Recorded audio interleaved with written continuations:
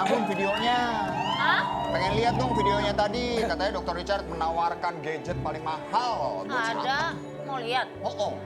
Yuk. Coba mana? Ini dia.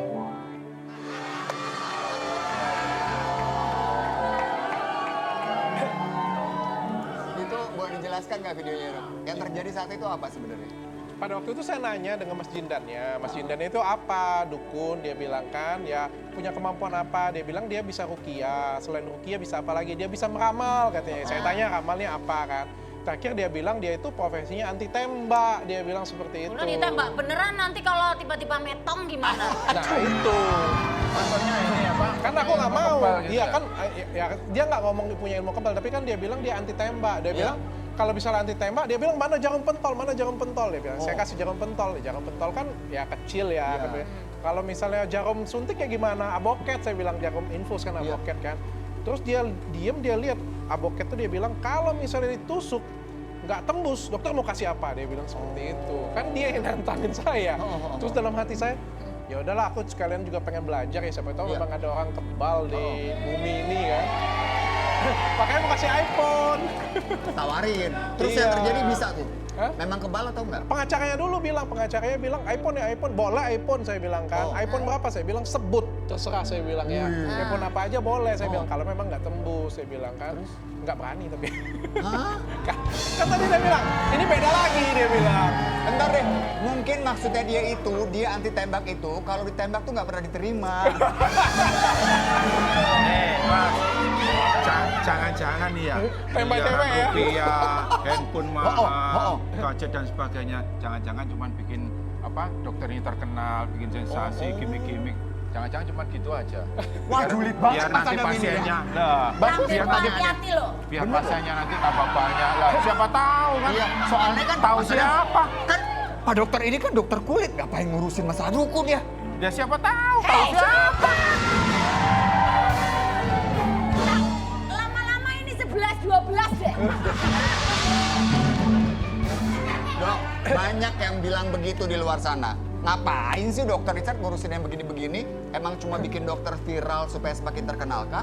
Oh, nggak seperti itu ya. Saya ngelihat soalnya ini ada pengobatan abal-abal. Ya. Dan saya kan memang di jalurnya edukasi. Edukasi. Kalau saya ngomong tentang pengobatan abal-abal tanpa ada masalah yang seperti ini punya, mungkin nggak didengar orang. Benar. Jadi saya ngambil momennya. Oh. Kebetulan pada waktu itu kan Gus Udin, saya ngeliat Gus Udin tuh nggak ada salah dengan saya. Iya. Benar-benar nggak ada salah. Makanya saya nggak mau ribut dengan dia. Saya bisa aja ribut kayak teriak-teriakan Instagram dengan dia. Saya nggak mau. Ya, tapi saya melihat ini kan pengobatannya abal-abal. Jadi kita ya cukup kita kasih tahu aja masyarakat kita jadikan edukasi. Konten kita jadiin edukasi nih. Dan ini momen yang tepat. Kalau nggak sekarang kapan lagi? Dan masyarakat kan lagi mau dengar semua nih Benar. tentang dunia seperti ini punya. Benar. Tapi dokter ini, beliau ini memang berani mengatakan itu berarti emang sudah tahu ya apa triknya atau belajar dulu gitu bahwa itu adalah bohong atau tidak, benar atau tidak itu berarti harus dipelajarin dulu gitu dok. No, saya nggak judgement. Jadi saya hanya memberikan ruang. Jadi kan pertama saya kasih ke sulap merah nih. Nah, abang saya ini kan dia bongkarin trik-triknya nih semuanya. Habis itu saya datengin Udin. Mas Udin saya nggak bongkarin apa-apa. Jadi saya memberikan ruang kepada dia untuk pembuktian. Asosiasi dukun juga pembuktian juga silakan. Lalu yang memberikan keterangan ya ustadz-ustadz, dokter-dokter yang memberikan keterangan mantan santrinya sendiri. Apa benar sih dia sakti? Pasien-pasiennya saya datengin, bener nggak sih ada hasil pasien-pasiennya cerita ditarik jarum, ditarik keris katanya dari kepalanya. Mantan kameramennya saya datengin, bener nggak sih dia sakti? Mantan kameramennya buka suara juga gitu. Dan ketika si pesulap merah itu ada pembuktian dari sulap-sulap dan trik-triknya dikasih tahu seperti itu, yang waktu kemarin kita juga sempat tahu bahwa keluar jarum itu ternyata kayak permainan Ada sulap aja sulapan. gitu. Ya berarti Trik sulap emang gitu. intinya kalau dokter Lee ini ingin mengedukasi. Betul. Jadi positif tujuannya sebenarnya. Tapi efeknya luar biasa nih karena ada juga asosiasi dukun. Aduh, aku deg-degan. Mas Indra percaya dukun? Hah? Percaya magic itu nggak? Aku sih nggak nggak? percaya. Percaya nggak sih Mbak Inul nggak percaya? Ora. Mas Adam? Mas Indra percaya? Percaya. Udah sana.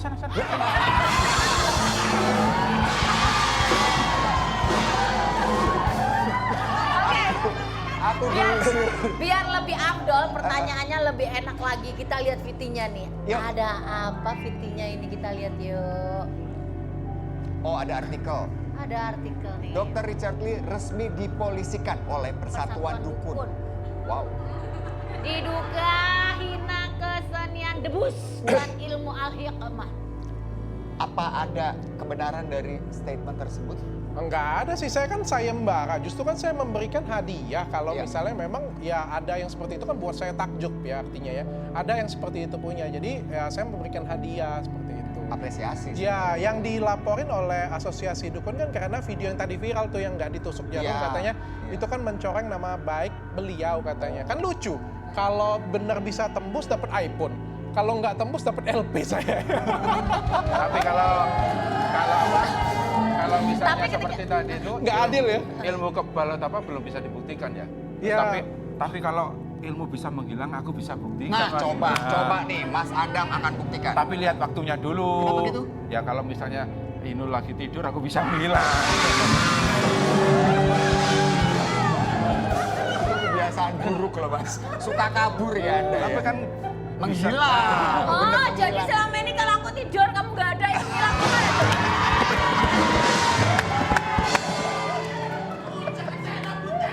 Pantes. Kenapa, Aku Bu? pikir kalau aku ngeleler gitu ya, tak Oh. jalan yang pinggirku, oh masih tidur. Ternyata gula yang ditumpuk loro. Guling ditumpuk dua dikasih kumis. Mirip sama Mas Adam. Ya. Ini kalau keberaniannya dokter itu luar biasa. Walaupun ya kembali lagi ini kan masalah kepercayaan. Tapi di Indonesia kan memang sudah sesuatu yang mengakar juga nih. Udah lama Betul. banyak orang yang percaya. Betul. Dokter tidak takut bahwa nanti ada yang ngirim sesuatu. Kalau takut, nggak takut saya. Karena menurut saya kalau misalnya saya disantet atau dikirim sesuatu, mungkin ranking nomor satunya si Marcel dulu. Pesulap merah dulu, saya ranking nomor 2 saya. Jadi bagus. Saya urutan kedua. Marcel dulu yang urutan Pertama Marcel, kedua Marcel KW.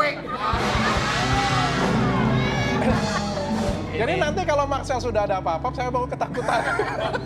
ini yang benar Marcel apa Marcella? Marcel loh. Ya. Intinya kalau kita lihat perkembangan di masyarakat kan akhirnya jadi isu yang diperhatikan nih. Soal ya hal-hal seperti ini ya. Menurut Dr. Lee, sebaiknya kita sebagai masyarakat tuh seperti apa menanggapinya? Nah, saya berubah pikiran ya. Saya tuh dari awal tuh kayak nggak percaya dan mengajarkan masyarakat tuh jangan mau, tidak usah percaya. Ternyata nggak bisa. Karena ini ternyata benar kata Mas Indra tadi, ini mendarah daging di Indonesia. Dan ini sudah menjadi kebudayaan di Indonesia untuk pergi ke orang pinter, untuk ke dukun.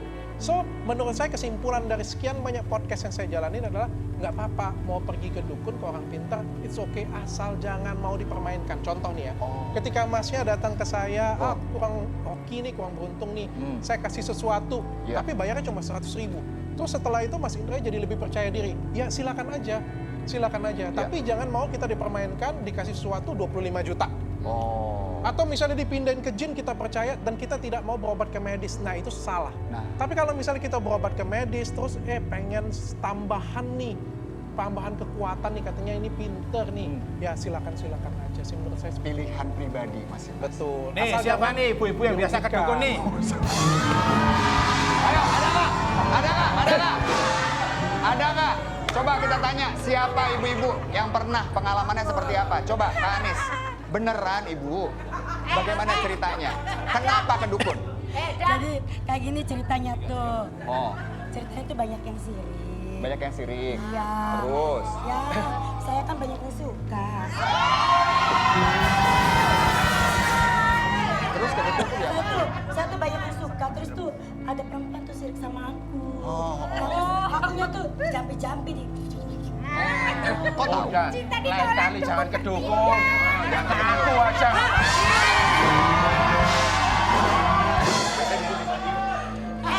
Ya, kenapa Bun? Kamu yang kesana kok kamu ikut-ikut gak? Ya, sesekali jual diri kan nggak apa-apa. Kacau banget sih. Ngomong-ngomong dulu Mbak Inul yakin nggak dipelet mulai Mas Adam? Nah,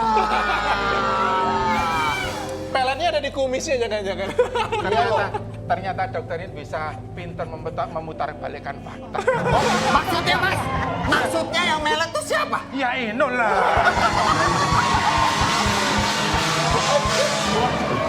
Kacau tahu. Bentar, nggak jelas sih. Kamu bilang aku melet-melet kamu. Ya emang bener orang ke rumah cuma bawa rambutan 5 kilo.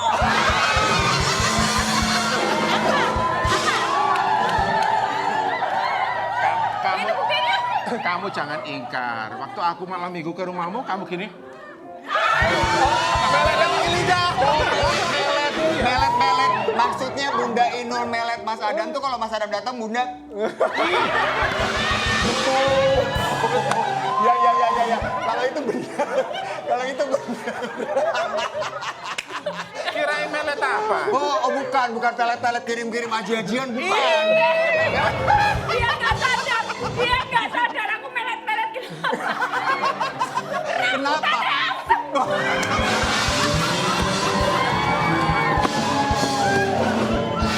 Oh, melet karena rambutannya asem. Jadi pasti makan. Tapi Mas, Oh. ternyata sekeluarga juga seneng rambutan yang asem-asem.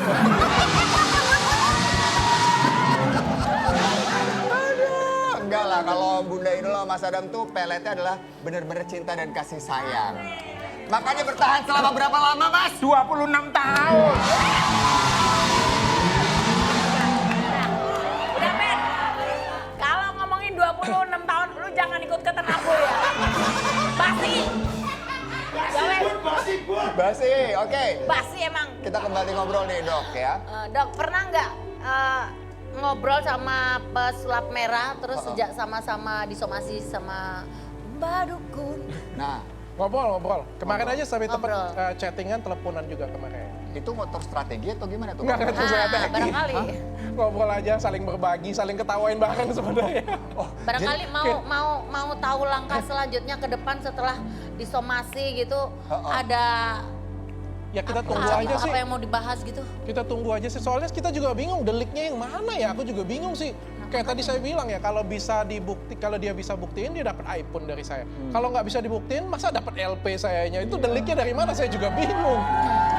ya udah Dok, untuk permasalahan hukum ya semoga selesai dengan baik ya. Semua Amin. pihak juga Amin. bisa mendapatkan ya, keputusan yang aman untuk semuanya. Iya. Tapi Cari terkait- aman Mas Indra. Kenapa? Cari aman banget ya. Padahal saya mau buat urutan ketiganya Mas Indra. Tapi Jangan gini ya, dong. intinya adalah percaya dan tidak percaya. Ya. Itu kalau kita meyakini bahwa itu ada ya pasti akan ada ya dan akan terjadi karena setan iblis itu ada gitu. Dan kalau kita tidak meyakini dan kita percaya cuma satu Tuhan yang Maha Esa, itu aja yang membuat kita bisa hidup aman sentosa. Ya udah, berarti kita aman gitu. Kenapa, Mas? Pak? Udah kelihatan bencinya gitu loh ya. Kenapa tuh? Bilang setan menghadapnya ke saya. Ya udah kalau begitu. Besti Bunsai. Kalau ngomongin Mbah Dukun ya, kita ingetnya lagu, ada lagu Mbah Dukun ya kan. Bicara soal lagu Mbah Dukun itu kalau bikin koplo enak kali ya. Enak banget, pasti ya. tapi ada yang lebih koplo lagi, Indra. Oh, Ada koplo superstar. Nah, kalau yang koplo-koplo nih, para besti Bunsai jangan sampai nggak nonton talent set koplo pertama dan terbesar di Antv. Dan semua akan koplo pada waktunya. salam 3 jari.